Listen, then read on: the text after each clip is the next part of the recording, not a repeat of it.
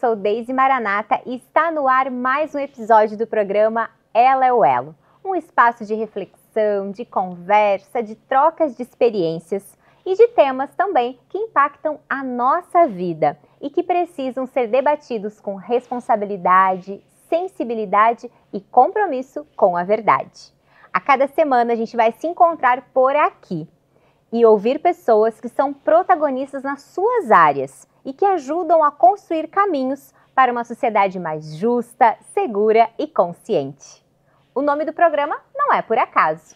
Ela é o elo entre o conhecimento e a ação, entre o problema e a solução, entre o poder de fala e de transformação. Se você vive no Rio Grande do Sul, provavelmente já sentiu na pele o que a gente vai debater hoje. Em maio de 2024, chuvas intensas atingiram o nosso estado, impactando 478 municípios, mais de 2 milhões de pessoas ficaram desabrigadas. E a pergunta que fica é: o que está acontecendo com o nosso clima? Esse episódio é um convite urgente à reflexão.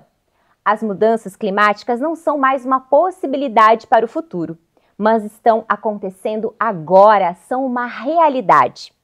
Como prevenir novos desastres? Como tornar as cidades mais resilientes? E qual o papel de cada um de nós nesse processo? Nesse primeiro bloco, nós vamos conversar com o secretário Vanderlei Marcos. Ele é secretário da Defesa Civil e Resiliência Climática do município de Canoas. Seja muito bem-vindo, secretário. Obrigado, Deise, pela oportunidade de poder estar participando e dialogando com a sociedade gaúcha sobre esse importante tema.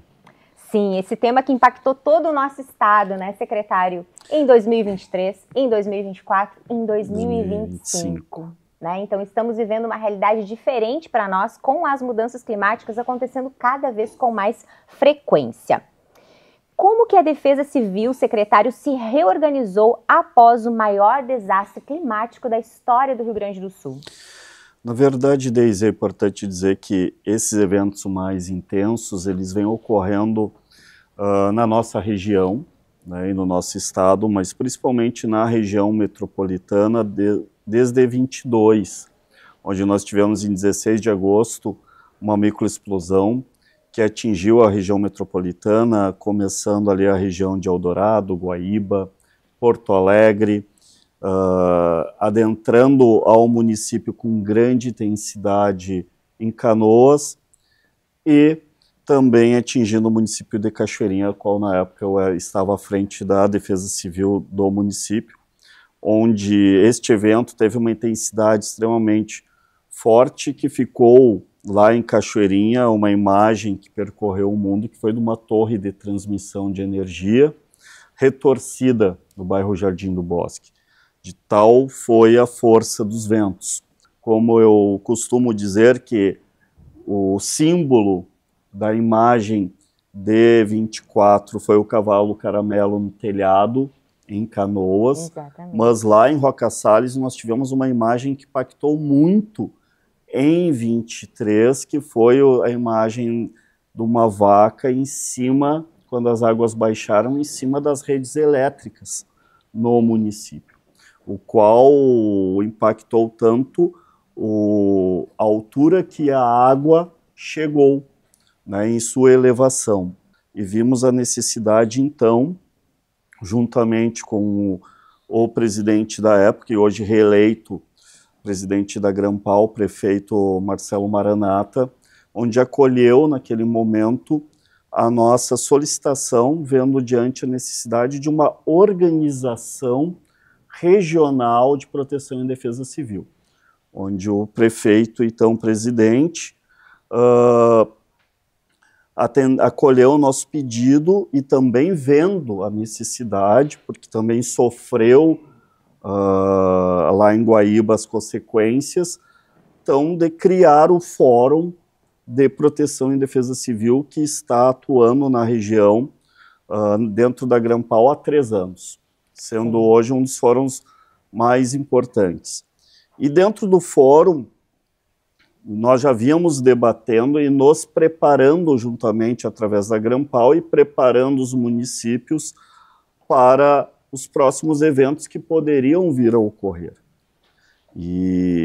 Só que os eventos eles estão recorrentes, e isso, com essa recorrência, eu costumo dizer que hoje os municípios, os agentes de defesa civil, nós que somos gestores de defesa civil, juntamente com os prefeitos municipais, nós estamos tendo que trocar a roda do pneu do carro com ele andando.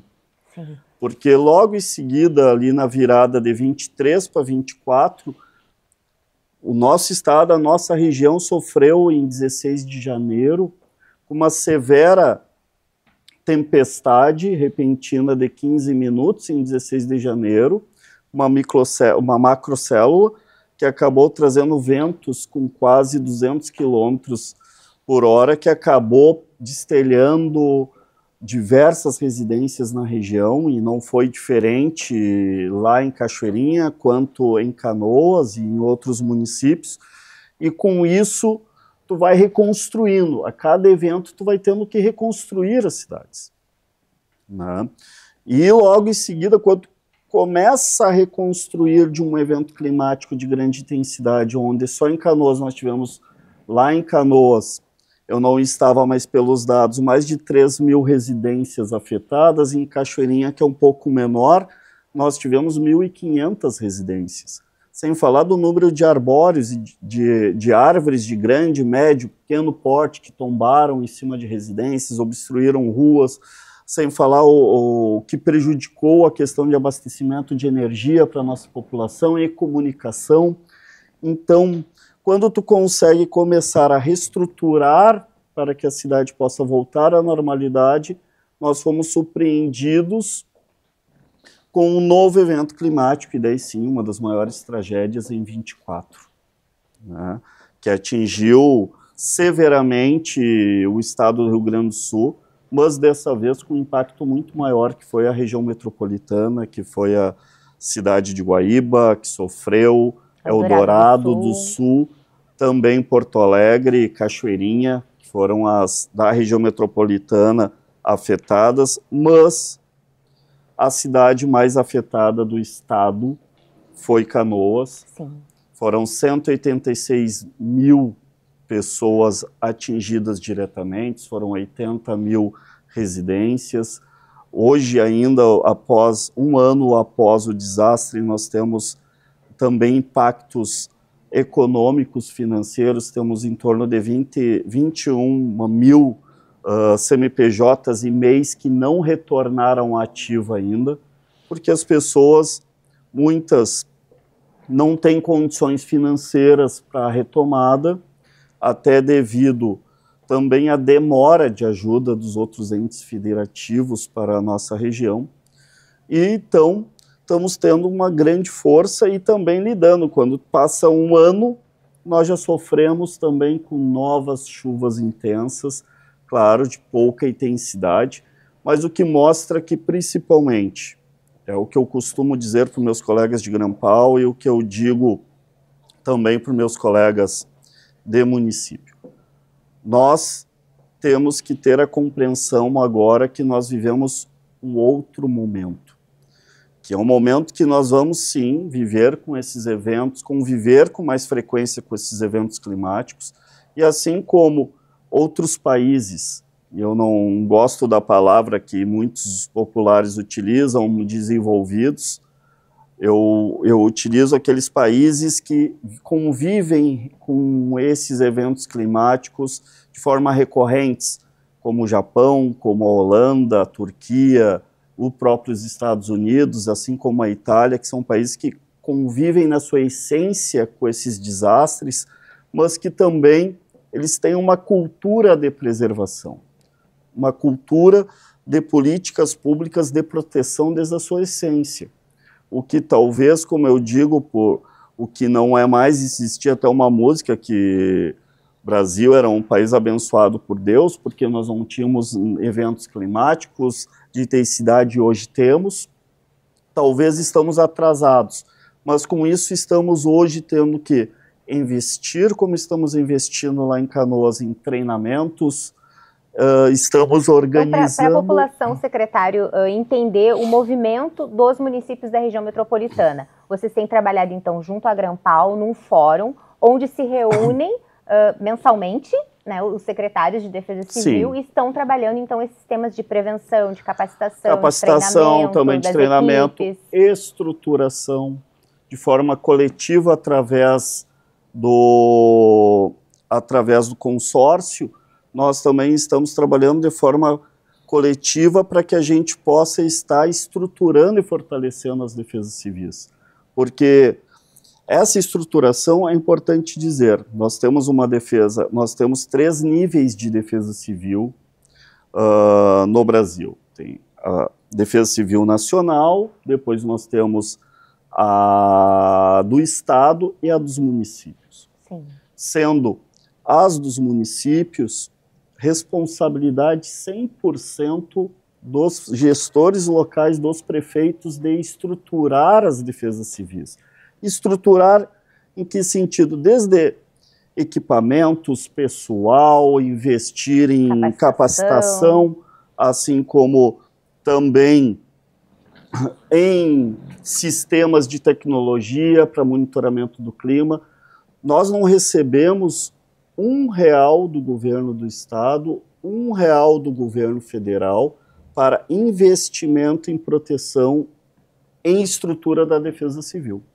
Os recursos que hoje estavam vindo, e é essa luta através do fórum que nós temos buscado, é que o governo do estado e o governo federal passam a investir recurso no fortalecimento para que ajudem os prefeitos no fortalecimento das suas defesas civis, porque é na defesa civil do município que acontecem os problemas. Somos nós que somos os primeiros a dar a resposta, e nós precisamos ter esses investimentos, já que os nossos municípios sofrem com perdas de receitas desde a pandemia, e com esse desastre isso aumenta. Então a gente tem buscado isso junto aos governos. Buscamos também uma lei que nós consideramos muito importante, que nasceu dentro do Fórum da Grampal, com o apoio do presidente, que foi a lei de cooperação mútua entre os municípios. Quem não se lembra, em 23, onde muitos municípios enviaram ajudas para o Vale do Taquari, inclusive servidores, veículos, maquinários, além de doações também, e foram apontados e responsabilizados administrativamente pelo Tribunal de Contas. Então, esta lei, ela veio a ser importante para que nós, quanto região, possamos, e quanto defesas civis de sistema, a gente possa, sim, estar ajudando e auxiliando os municípios caso ocorra um evento climático em uma cidade e não ocorra na outra. Possa estar ajudando e também recebendo apoio. E com a tranquilidade, principalmente, de que tu não vai ser responsabilizado, né, por ter ajudado o outro. E mesmo assim, com resiliência, mesmo antes, a resiliência dos prefeitos, todos em geral, não se opuseram em ajudar esse apoio, mesmo antes da lei. Então a gente vai está em processo, como eu digo, o processo de defesa civil hoje é um processo. Eu tenho minha esposa que é professora e ela usa um termo que todo processo é pedagógico. E nós estamos num processo pedagógico, e nós temos que aprender e ensinar as pessoas qual é o verdadeiro papel e a importância de uma defesa civil local, onde, felizmente, ainda muitos gestores ainda não têm esse entendimento. Muito obrigada, secretário, por trazer essas informações para nós. Com certeza a população fica mais tranquila, sabendo que os gestores da nossa região metropolitana, que é o fórum do qual o senhor faz parte aqui da Grampal, está trabalhando, então, para que a gente possa capacitar as equipes, para que a gente possa fazer a nossa parte também, enquanto comunidade, orientar a população de uma maneira correta para enfrentar essas mudanças climáticas. Muito obrigada pela sua presença conosco. Obrigado.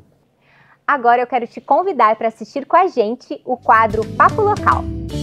Hoje o Papo Local é em Eldorado do Sul, com a prefeita Juliana Carvalho. Muito obrigada por nos receber. Obrigada eu, Deise. Vamos conversar um pouquinho então sobre a situação do município de Eldorado, que foi totalmente atingido pelas águas durante a maior calamidade do nosso estado, que ocorreu o ano passado. Como a senhora descreveria hoje a situação da cidade, prefeita? Nós estamos literalmente construindo uma nova Eldorado. Uma nova cidade. A água em 2024 devastou o nosso município. Naquele momento, a gente, inclusive, muitas pessoas acreditavam que a cidade não voltaria mais a ser como antes. E o meu desafio como prefeita é torná-la melhor do que antes. Devolver esperança para as pessoas, conseguir trazer as pessoas de volta para suas casas e fazer as obras que a gente precisa para proteger a cidade para o futuro. E quais foram as prioridades da prefeitura naqueles primeiros dias? Logo que a senhora assumiu a gestão, quais foram os principais desafios? As obras de proteção. A maioria, as grandes obras de proteção não dependem só do município, né? Elas serão construídas pelo governo do estado com recursos do governo federal. São obras muito volumosas, muito robustas e que precisam de processos longos, né? De longas burocracias, enfim. Mas a nossa lição de casa aqui, o desassoreamento dos arroios, dos córregos, dos canais, a limpeza das redes de drenagem, tinha muitas redes que nunca haviam sido limpas ou que não eram limpas há mais de 10 anos. A cidade é muito grande, né, e passou por muitas enchentes em que não havia essa manutenção, e esse trabalho é muito importante, se mostrou muito importante agora em junho, quando novamente o município foi atingido por uma enchente. E até que a água do rio começasse a invadir a área urbana, as nossas redes deram conta de todo aquele volume de chuva com as nossas redes limpas e com a manutenção em dia. Então, os primeiros 6 meses, a gente se preparou para o segundo semestre, que geralmente tem chuva, tem grandes volumes de chuva, tem períodos mais chuvosos. Então, os primeiros dias foram para preparar a cidade, para proteger para os 6 últimos meses do ano, que geralmente são mais perigosos do ponto de vista de alagamentos, né? E quais são as obras que continuam, então, sendo feitas agora nesse segundo semestre? A gente está fazendo a recuperação das nossas redes, muitas delas foram destruídas pela enchente de 2024 e precisam ser recuperadas. E constantemente a manutenção e a limpeza das nossas redes e também dos canais que precisam ser desassoreados aqui dentro do território. E a gente também acompanha o trabalho de contratação das grandes obras, que é o nosso dique. Agora também vai ser incluído nesse anteprojeto, nessa atualização, a ponte seca, que é a passagem de água ali por baixo da BR para diminuir os alagamentos aqui na área urbana, e também a proteção do outro lado, do lado leste da cidade. Muito trabalho, né, prefeita? Muito. Mas a gente percebe pela sua rotina, acompanha pelas redes, que é uma rotina intensa, de muito trabalho, muitas atividades e obras importantes, como tu já disseste, né? Verdade. Muito importantes. Uma das coisas que a gente percebeu também no nosso programa, ali conversando com os especialistas, é a questão da saúde mental. As pessoas ficam nervosas, ficam ansiosas quando há uma previsão de chuva, quando a Defesa Civil diz que vai trazer um alerta. O que vocês já conseguiram fazer, estão fazendo para cuidar da saúde mental das pessoas? A gente ampliou em muito a quantidade de psiquiatras e psicólogos, reforçamos bastante o nosso sistema de saúde mental. Hoje todas as unidades de saúde contam com psicólogo, que a gente nunca teve, né? Os nossos serviços de saúde mental eram concentrados, centralizados no nosso CAPS. Hoje a gente conseguiu descentralizar para todos os bairros para a gente conseguir fazer uma grande triagem na população. Porque, infelizmente, eu governo uma cidade vivendo um estresse pós-traumático coletivo muito intenso. E é coletivo, né? A cidade inteira está afetada, psicologicamente abalada, cada um num grau mais ou menos acentuado, mas todos nós estamos muito machucados, né? Inclusive os servidores públicos, os funcionários da prefeitura, os funcionários que precisam cuidar dessas pessoas que também estão machucadas. E a assistência social? Quais são os programas que estão ativos? A nossa Secretaria de Desenvolvimento Social está com uma super equipe lá, através do trabalho da secretária Tati, que está fazendo um grande trabalho de acolhimento, não só para as famílias afetadas, embora a maioria das famílias tenham sido afetadas, né? O pouco que não foi afetado acolheu quem estava afetado em grande quantidade, então todo mundo, de uma certa forma, viveu esse momento e agora está precisando de suporte, né? Então as equipes técnicas, as equipes da secretária Tati estão fazendo esse trabalho muito bem feito. As pessoas chegam lá na secretaria e podem demandar que elas serão acolhidas e encaminhadas da forma como precisa. Para nós finalizarmos, então, o comércio, né? A gente tem amigos aqui de Eldorado que foram afetados a casa, foi afetado o seu comércio, o seu sustento e tiveram também que recomeçar profissionalmente. Quais são os projetos que estão em andamento para acolher, então, os empreendedores? A gente está investindo em um projeto que era um sonho da cidade e que acabou sendo adiado, né, por conta de outras prioridades, mas que agora está muito perto de se tornar realidade, que é a Casa do Empreendedor. A gente tinha combinado lá no nosso plano de governo uma sala do empreendedor. Mas eu disse para o meu secretário de Desenvolvimento Econômico que os empreendedores merecem uma casa inteira, não só uma sala. Então esse espaço vai ser um espaço completo, um espaço de coworking, um espaço de treinamentos, de palestras, onde eles vão ter espaços para poder desenvolver suas atividades enquanto não tem condições de ter uma sede, ou aqueles que perderam a sua sede também vão poder utilizar esse espaço. E a gente vai desenvolver programas de desburocratização de alvarás, de licenças, licenciamentos, todas essas questões que dificultam a vida de quem quer empreender, né? E a gente está trabalhando também em uma lei para tentar diminuir ao mínimo o tempo e a burocracia desses processos para poder facilitar a vida dos empreendedores e também pensar de uma maneira muito especial nas mulheres empreendedoras, né? Que se já é difícil empreender, para uma mulher, muito mais. E a gente sabe que muitas mães solo acabam tendo como única alternativa de renda vender um docinho, uma cuca, um pão, né? Então elas precisam bastante desse suporte e a prefeitura vai estar colocando à disposição para poder fazer renascer, né, uma cidade que acolhe e que entende as dificuldades de cada pessoa e também dos empreendedores.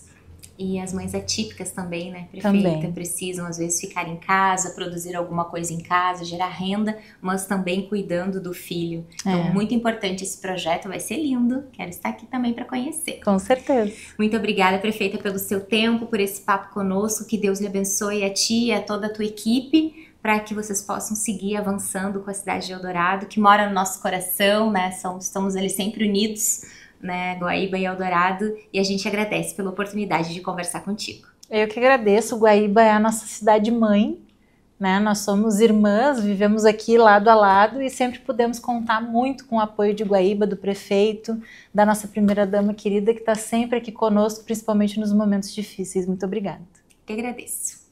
Beijo no coração, pessoal. Até o próximo Papo Local. Pra saber de tudo, ela é o elo.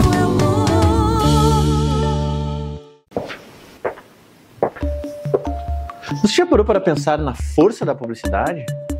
Quem diria que um hambúrguer criado na década de 40 continuaria sendo tão desejado até hoje?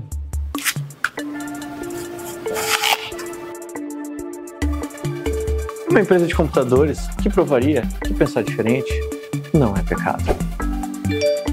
E tem a maior empresa de aplicativo de transporte do mundo que não é dona de nenhum carro. Quem nunca teve que escolher entre o sabor da nova geração e a marca que reinventou o Papai Noel?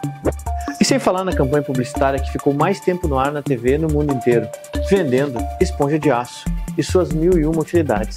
Viram? A publicidade que impacta é a que marca a vida das pessoas. E vocês? Querem impactar o mundo? Com quem? Alô, alô, galera, aqui quem tá falando é o Pichote, se liga no 24. A cidade não dorme e a informação também não. No Ronda Popular você acompanha tudo o que acontece nas ruas. Criminalidade, flagrantes, denúncia, trânsito e os principais fatos que impactam o seu dia. Ao vivo, direto das ruas, com a nossa equipe mostrando a realidade como ela é. Ronda Popular, a notícia na linha de frente. De segunda a sexta, 8 da noite, eu tô de olho. Eu sou a Negra Li, tô aqui no 24. Liga no 24. Pra saber de tudo, ela é o elo. Estamos de volta com o programa Ela é o Elo. E neste bloco nós vamos conversar com Dakir Larara. Ele é professor adjunto do Departamento Interdisciplinar do Campus Litoral Norte, da URGS. Doutor em Geografia pela mesma instituição. Atua nas áreas de climatologia, geografia física, biogeografia e educação geográfica.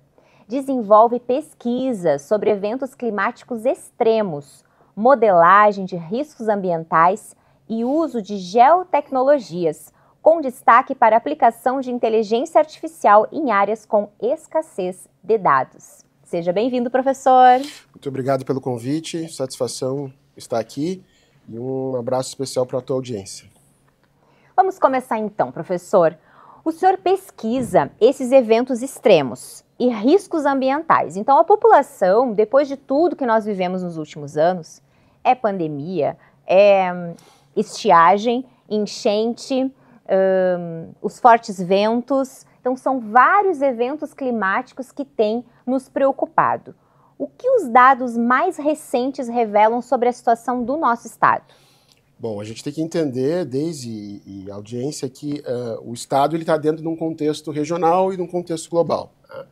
Então, as mudanças climáticas, elas são uma realidade, elas estão em curso, né?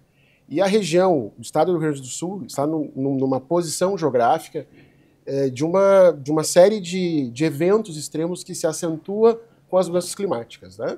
Então, se nós fôssemos assim rapidamente conceituar o que seriam mudanças climáticas, a gente pode dizer que é um conjunto de alterações da dinâmica do clima que estão associadas à dinâmica natural e também ao conjunto das atividades humanas que nos últimos 200 anos, mais ou menos, se intensificaram a partir da Revolução Industrial, por exemplo, e do uso da ocupação do solo. Essas alterações, elas modificam a química da atmosfera, colocando para ela um conjunto de gases, que nós vamos chamar de gases do efeito estufa, onde o principal gás associado a esse conjunto de atividades humanas é o gás carbônico. Né? Então, o aumento do gás carbônico na atmosfera faz o planeta ficar mais quente. Por conseguinte, a dinâmica do clima se adapta a essa nova condição de mais aquecimento. E, por consequência disso, as características climáticas anteriores, elas se modificam, se alteram, frente a esse novo quadro de um planeta e de uma atmosfera mais quente. Isso vai gerar uma alteração nos padrões de chuva, como tu falou, de dinâmica de ventos, de estiagem, ondas de calor, ondas de frio.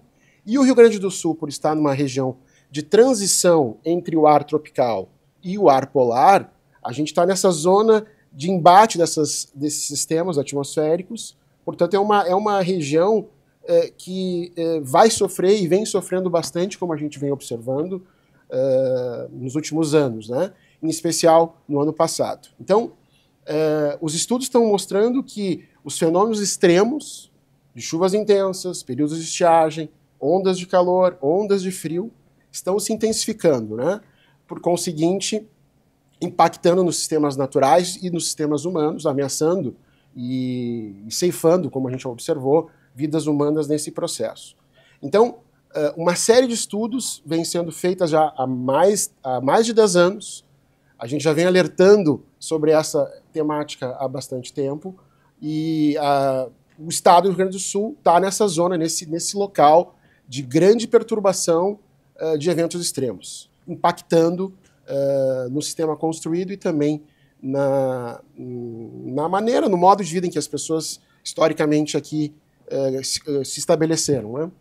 O que a gente percebe, professor, é como as pessoas elas sofreram, né, esse trauma, essas perdas, não foram somente perdas materiais, foram perdas de lembranças, né, das fotos dos filhos. Então, sim, isso causou também um trauma nas pessoas. Sem dúvida. Quando a gente tem uma previsão de chuva forte, as pessoas já ficam em alerta e começam, né, a buscar junto aos órgãos públicos o que vai acontecer, eu tenho que sair de casa, é uma chuva muito forte. Sim. E a pergunta que fica é, a gente tem como prever com precisão a chegada desses eventos?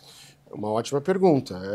Eu creio que esse é o grande desafio de nós pesquisadores e em comunhão, em parceria com os setores de comunicação, com os entes e as entidades públicas, né?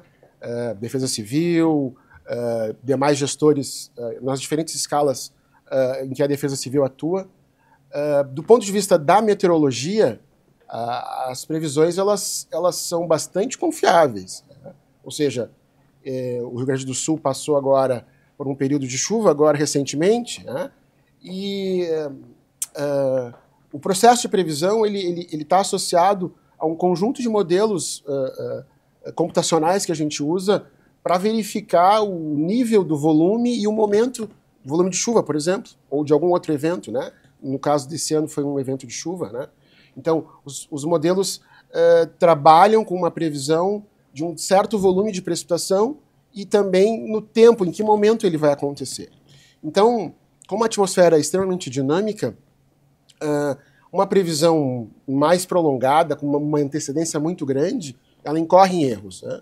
Então, geralmente, a previsão ela acontece 3, 4, às vezes a 5 dias antes, né? Quando o cenário está muito bem delimitado. Não basta só a gente ter informação meteorológica, climatológica, de que o evento vai acontecer. É necessário uma mudança no enfrentamento dessa informação. Como a gente vai lidar com essa informação? Ou seja, como os entes públicos vão repassar essa informação para a população, de que maneira ela vai chegar. Só que para isso a gente tem que mudar a cultura.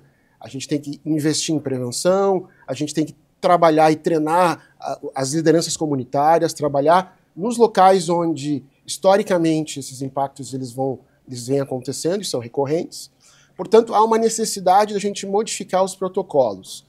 Do ponto de vista, como falei, meteorológico, a previsão ela é bastante satisfatória. O que realmente vem acontecendo de dificuldade é como essa informação ela vai chegar na população, o que essa população tem que fazer e o que compete efetivamente aos entes públicos, às defesas civis em escalas municipal, estadual, nacional, atuarem, acompanharem a população para que elas possam ter um caminho, né, ter um guia de ações a serem feitas a partir do recebimento dessas informações. Então, me parece que o dado da ocorrência dos fenômenos, ele é confiável, né? O que pode pegar é o seguinte, né? Como a atmosfera, eu falei, ela é muito dinâmica, a intensidade do fenômeno ela pode estar reduzida, ela pode se reduzir. Mas eu prefiro receber o aviso, receber o alerta e o fenômeno não acontecer do que ele acontecer e a gente verificar o que aconteceu, por exemplo, em situações anteriores. E quando a gente fala, então, na população, professor, a gente precisa trabalhar com educação, com informação, levando informação, como o senhor já começou a nos trazer. O que as universidades têm pensado sobre isso, trabalhado em termos de programas? Como que nós vamos trabalhar com as nossas crianças essas informações? Como que a gente pode começar esse trabalho, então, de conscientização da população para a sua parte também, como, por exemplo, coleta seletiva de lixos, né, não colocar os lixos em locais inapropriados. Nós também temos a nossa parte, né? Sem dúvida. Bom, acredito que a solução e a resolução desse problema é bastante complexa, né? Então, a gente tem, de um lado, os pesquisadores que produzem, tentam interpretar, prever, produzir dados e informações de quando esses eventos vão acontecer, a possibilidade dos impactos que eles vão gerar, sejam chuvas mais intensas, períodos de estiagem, ondas de frio, de calor. Então, existe o campo da pesquisa, existe o campo da educação a nível de educação básica, então as escolas a nível municipal, estadual, particular, elas vão ter que atuar e trabalhar esses conceitos. Existe também a responsabilidade por parte dos entes públicos em criar programas e criar uma série de protocolos junto às comunidades mais vulneráveis, né, junto aos líderes comunitários, e a comunicação, a mídia, em diferentes escalas, é um parceiro importante nesse processo. Portanto, esse programa, hoje, a temática do programa, ela corrobora nesse sentido. E ele não tem que acontecer só depois do evento, né? Mas ele tem que acontecer antes, trazendo informações para a população, no sentido de divulgar essa informação, para que nós possamos mudar a mentalidade, para que a gente possa alterar a cultura de enfrentamento a situações de risco, né? Então, o processo da educação ele é um processo amplo, ele é um processo que envolve um conjunto de níveis, né? Seja pesquisa, os entes públicos, a educação básica, a comunicação, para que nós possamos, então, fazer um enfrentamento mais robusto diante desses eventos que estão cada vez mais recorrentes e frequentes. E a ciência, professor, ela já aponta caminhos de adaptação, então, para as nossas regiões, para a nossa região sul, para o nosso estado do Rio Grande do Sul, diante de tudo que o senhor já nos trouxe, que estamos realmente numa região em que temos a frente fria vindo, se batendo com o ar quente, aí vem a chuva, vem a tempestade, vem o vento forte. O que a ciência já aponta, então, que a gente vai ter que se reestruturar? Sem dúvida, né? Nós temos, primeiro, a gente tem que identificar quais são as áreas em que esses fenômenos vão acontecer de forma mais recorrente. Identificando essas áreas, a gente tem que traçar um conjunto de atividades no âmbito educacional, no âmbito do preparo do poder público em termos de infraestrutura. A gente fala aí que existem uma série de protocolos de obras estruturais e não estruturais.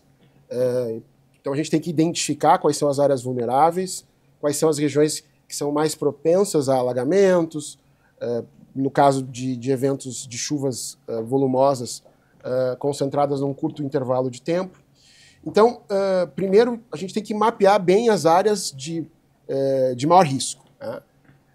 Sabendo quais são essas áreas, desenvolver um conjunto de estratégias de organização das comunidades frente a esses eventos, né? Saber o que vai fazer com a informação meteorológica, com a informação da Defesa Civil, mas para isso há necessidade de um treinamento prévio, de uma capacitação prévia.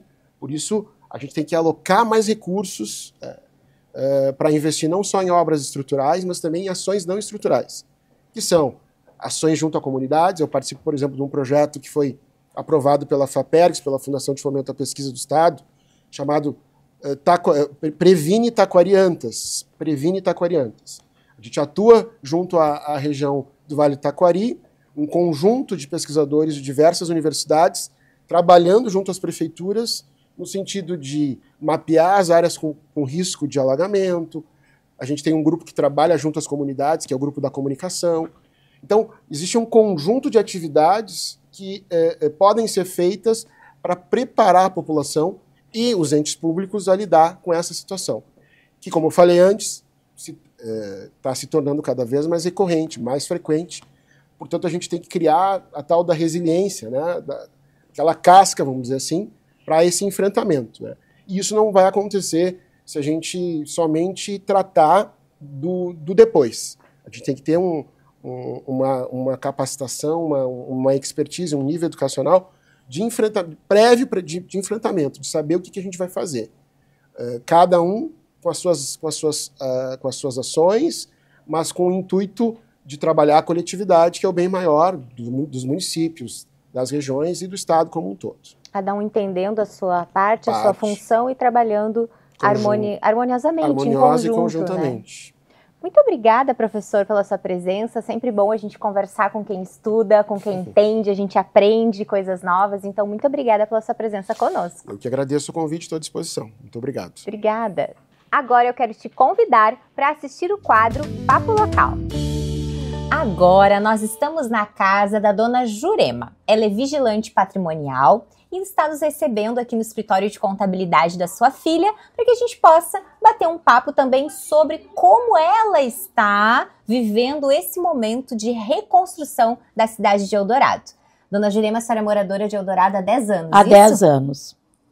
Quais foram as maiores dificuldades que a senhora, sua família enfrentaram pós-enchente? Como eu já passei para a senhora, né, nós perdemos tudo que tínhamos dentro de casa, desde alimento, roupas, eletrodomésticos, ficamos só com uma geladeirinha dentro de casa. Eu acho que quando a gente perde, né, as referências do que a gente tem dentro de casa. Nosso cantinho, né? Nossa casa é o nosso porto seguro, né? Exatamente. E aí essa foi a dificuldade dessa aquisição de tudo de novo. De tudo dentro de casa. Perdemos até a garagem. Até essa garagem é nova, perdemos aquilo, fotos, lembranças, documentos. Ficamos sem nada, só com a roupa do corpo. Aqui o escritório também foi atingido, O escritório também foi atingido. E bastante.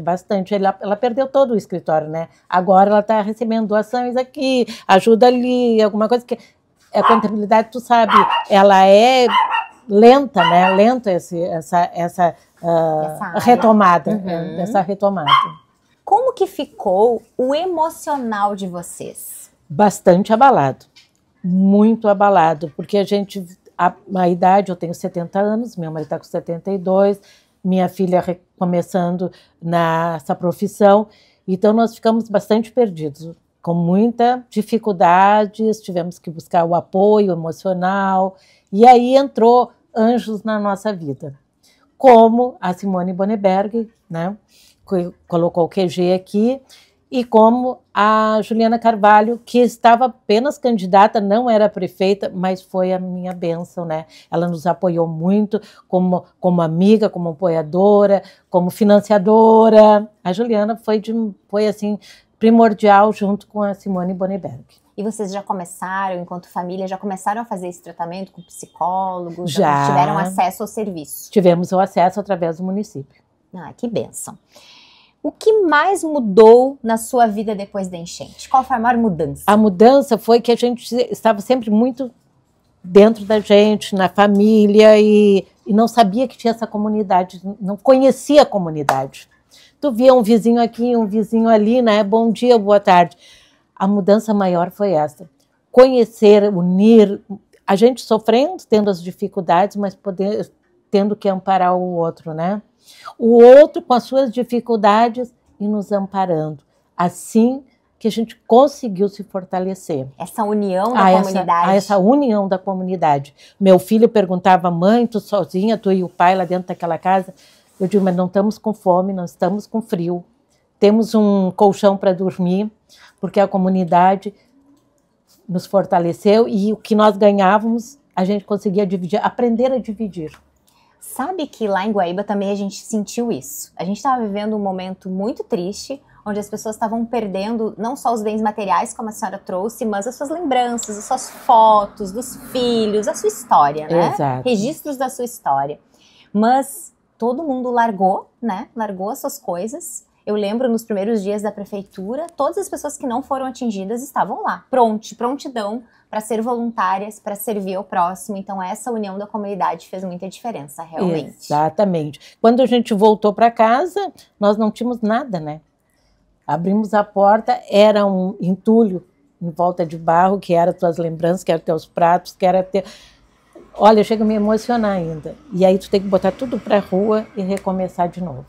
Graças a Deus, ele fortaleceu a senhora, a sua família. Coisa boa a gente ter família, amigos junto com a gente e mais toda a comunidade unida. Então, muito obrigada por nos receber aqui na sua empresa também, junto com a filha. Muito obrigada por nos receber. Pessoal, um beijo no coração de cada um de vocês. Fiquem com Deus. Obrigada. Pra saber de tudo, ela é o elo. Política sem maquiagem. Perguntas que ninguém faz. Respostas que você quer ouvir. No Raio X, eu, Diego Garcia, converso com os principais nomes da política e da economia do Rio Grande do Sul e do Brasil. Temas polêmicos, perguntas firmes, entrevistas sem filtro, aonde a verdade aparece. Programa Raio X, de segunda a sexta-feira, ao meio-dia, no Porto Alegre 24 Horas TV. Pra saber de tudo, ela é o elo. Nesse terceiro bloco do programa Ela é o Elo, eu converso com o vereador de Porto Alegre, Marcos Felipe. Com apenas 32 anos, o vereador Marcos Felipe já soma uma trajetória sólida na gestão pública de Porto Alegre. Advogado, com especialização em gestão pública e direito administrativo, Marcos Felipe se destacou ao assumir aos 28 anos a Secretaria Municipal de Serviços Urbanos, tornando-se um dos secretários mais jovens da história da capital. Atualmente, Marcos Felipe segue batalhando por obras de prevenção contra novas cheias, defendendo investimentos estruturantes e permanentes. Seja bem-vindo, vereador. Deise, obrigado pelo convite, um prazer conversar contigo, com os telespectadores, ainda mais de um tema tão importante. Para mim, o tema prioritário do nosso estado e, por óbvio, da capital dos gaúchos. Porto Alegre é a capital que me concedeu aí o direito, né, e o dever de representar o cidadão. Então é um tema que a gente vive hoje diariamente, acaba aqui, infelizmente, vivendo com medo e angústia das pessoas, né? Eu fui um dos vereadores que atuou durante a enchente, né, assim como milhares de voluntários, tanto em resgate, em limpeza de casas, na retomada das pessoas, e a gente criou esse elo também de confiança, né? Então, hoje as pessoas, por esse medo de repetir aquilo que já aconteceu, de perderem os seus móveis, tudo aquilo que juntaram a vida toda, muitas inclusive acabaram se mudando dos lugares onde moravam por conta da enchente, hoje pedem ajuda dos representantes, seja do executivo, mas também do legislativo, que é a voz dessas pessoas, para que essas obras aconteçam o quanto antes, o mais rápido possível. Então são dois desafios enormes da capital, que é proteção contra a cheia e também a questão da drenagem urbana. Então eu diria hoje que é o tema prioritário, por isso que eu falo sobre ele, eu estudo sobre ele, me informo e vejo o que outras cidades estão fazendo e tento passar isso para a população, porque hoje também, já adiantando um pouco aqui, uma boa informação talvez seja a informação mais importante, né? E uma informação assertiva dos órgãos de governo, seja da Secretaria de Comunicação, do Prefeito, de Defesa Civil, assertivo no que diz respeito à probabilidade de chuva, né? Quantidade de chuva, vai chover, o nível dos rios, porque as pessoas perguntam muito isso para poder se programar. Não é se vai acontecer de novo, é quando vai acontecer de novo. Exatamente. Então essa é a grande pergunta e por isso que a gente precisa se preparar o quanto antes para estar preparado para eventos climáticos adversos que nas suas proporções eles já estão acontecendo antes mesmo da enchente de 2024. A gente teve eventos que atingiram outras cidades, atingiram Porto Alegre, obviamente que em 2024, em maio, atingiu ali a cota máxima de 5,35 m, o nível do Guaíba, mas a gente recentemente teve de novo cidades alagadas, áreas de Porto Alegre alagadas, que tem a cota mais baixa, principalmente que é a região da ilha. Então, eu vivia lá, eu fui todos os dias naquela semana, lá no bairro Sarandi, que é o bairro que eu tenho mais identificação, para acalmar as pessoas, né? E só que, felizmente, não aconteceu o pior, as informações estavam corretas, mas a gente não quer chegar ao ponto de ter que mandar as pessoas saírem de casa de novo, recolherem as suas coisas, né? Só que, infelizmente, se as obras e tudo aquilo que envolve a proteção contra a cheia da cidade acabar não acontecendo, infelizmente esse episódio vai se repetir. Então por isso que a gente tem que falar do assunto, né? O teu programa é extremamente importante porque traz a realidade, né? A questão climática, se me permite aqui, eu trabalhei isso na Secretaria de Serviços Urbanos, a gente trouxe medidas importantes para diminuir os gases do efeito estufa, né? Porque hoje a Porto Alegre fez um inventário das emissões de gases de efeito estufa, que é um papel em que todas as cidades têm que fazer para evitar o aquecimento global, que é a consequência que traz hoje para todas as cidades. Obviamente que esse é um processo a médio e longo prazo, mas deve começar desde já. Foi nesse inventário que a cidade fez dos gases do efeito estufa, 70% diz respeito a combustível, ou seja, os automóveis que andam na cidade. A gente vê cada vez mais carro, ônibus, caminhões. Então, tem um desafio aí da cidade se adaptar à nova realidade, diminuir essa emissão de gases de efeito estufa. E aí entra o quê? Carros que obrigatoriamente têm que andar na cidade, são os ônibus. Então, a vinda de ônibus elétricos para a cidade, tu mudar esses ônibus que são... É um dever andarem pela cidade para as pessoas poderem se locomover. A própria questão dos caminhões de recolhimento de lixo, são mais de 80 caminhões que percorrem a cidade todos os dias, hoje são todos eles a gasolina, então tem que prever agora na futura concessão de resíduos caminhões que dialoguem com o meio ambiente, com a sustentabilidade. Então, essas partes do combustível, de 70% das emissões da cidade, é um tema de casa de Porto Alegre. Tem sido feito. O restante dos 30% é a questão da energia estacionária, né, que a gente ter uma eficiência energética, né, diminuir o consumo e usar placa solar naquilo que for possível, a energia rastreável, né, para que a gente não tenha perda de energia durante o caminho, que acaba também poluindo, e o terceiro é o resíduo sólido. E aí entra os lixões a céu aberto, os focos de lixo, a não separação adequada, o volume de resíduos que a gente leva para o aterro e acaba não sendo separado, isso é um passivo ambiental.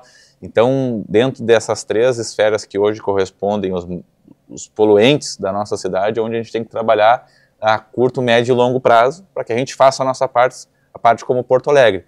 E, obviamente, trazer isso, como foi dito aqui pelo professor, dentro das escolas, né? Começando na educação ambiental, num processo de eficiência da gestão pública, com novos contratos, já prevendo essa questão resiliente. Por exemplo, na secretaria eu trouxe o asfalto morno, na cidade de Porto Alegre, que é um asfalto que ele produz menos CO2, os trabalhadores ele é melhor porque ele é aplicado com menor temperatura, então não tem aquele fumus para o trabalhador, tu libera o trânsito mais rápido. E aqui em Porto Alegre, com menos de 10 graus, não rodava a usina de asfalto porque era muito frio e o asfalto tem que ser aplicado a uns 140 graus. Mas na França, nos Estados Unidos, na Inglaterra, eles aplicam esse asfalto morno que independente da temperatura, porque ele tem um aditivo que ele é aplicado a uma temperatura menor. Isso emite menos CO2. Então o asfalto é um serviço importante para a cidade. Ninguém quer buraco, as pessoas querem as ruas bem pavimentadas, então é um serviço necessário, mas se tu puder dentro de um serviço trazer eficiência, uma questão ambiental, a gente também trouxe o asfalto borracha, que é oriundo de pneu moído, então entra naquele espaço de reciclar, né, um pneu inservível. Alternativas nós temos, né, Alternativas a gente nós temos, a gente já percebeu assim que é uma pauta realmente que tu defende, tu tem muito conhecimento. Mas nesse bloco eu queria que tu me trouxesse assim, um pouquinho da tua experiência enquanto vereador, enquanto representante da comunidade. Qual que é a maior ansiedade da população? A população ela quer ver, no caso de Porto Alegre, a cidade protegida. E aí tem hoje a questão das comportas, né? Porto Alegre hoje tem 14 comportas, já foi anunciado que 8 dessas comportas serão fechadas de maneira definitiva. Tem um estudo que aponta que a água entrou na cidade de Porto Alegre por 49 pontos. Então é isso que tem que ser trabalhado. Dentro desses 49 pontos onde a água entrou na cidade de Porto Alegre, seja por comporta, seja por dique, seja por esgoto, esses têm que ser trabalhados para evitar novas tragédias. Então a gente tem as comportas ali que de 14 para 8 a gente já diminui de 155 metros para apenas 40 metros de abertura, então vai proteger o Maitá, o Centro Histórico, boa parte do Quarto Distrito. Então a Prefeitura já fechou 3 comportas, anunciou que vai fechar 8, e as que não vão ser fechadas têm uma reforma efetiva, né? Que elas tenham facilidade de abrir e fechar, tenham vedações, que elas possam funcionar de fato quando for necessário de maneira ágil, né? Então o fechamento das comportas é fundamental para proteger o Centro Histórico, os bairros como Menino Deus, o Maitá, Navegantes, Vila Farrapos, toda aquela parte ali que foi atingida, principalmente a comporta 14, foi anunciada agora que vai ser fechada de maneira definitiva, porque ela está fechada no momento da enchente, mas a água veio tão forte que ela acabou se dobrando e entrou muita água naquela região. E o Muro da Mauá também é uma proteção, né, que veio depois que as pessoas às vezes falam só da enchente de 1941, que foi a 4,75, e de agora de maio, que foi a 5,35. Mas em 1967 teve uma outra cheia que teve menos, teve 3,15 metros, mas o centro também alagou. E a partir de 1967, que o DNOS, o antigo órgão federal, que começaram essas obras de proteção contra cheias na cidade, de dique, de casa de bomba, de Muro da Mauá. Então, além de reforçar a proteção no que diz comportas, no que diz respeito aos diques, a gente tem a Freeway é um dique. Um tempo atrás foi feito um dique ali, colocado asfalto. A Edivaldo Pereira Paiva na Orla também é um dique, porque ela é mais alta que o nível do rio. A gente tem a Castelo Branco também, é um dique, faz uma proteção que virou uma avenida. Tem o dique do Sarandi, que foi por onde a água entrou também no bairro, ou seja, o dique extravasou, mas também houve um rompimento do dique. Então as obras do dique também são extremamente importantes aqui em Porto Alegre, né? Que o dique é aquela água que vem de fora de outras cidades que acaba entrando dentro de um bairro como o Sarandi de 30 mil pessoas. Então essa obra, ela está hoje para subir para 5,80 metros, futuramente ela tem que chegar a 7 metros, mas com 5,80 já é uma altura segura.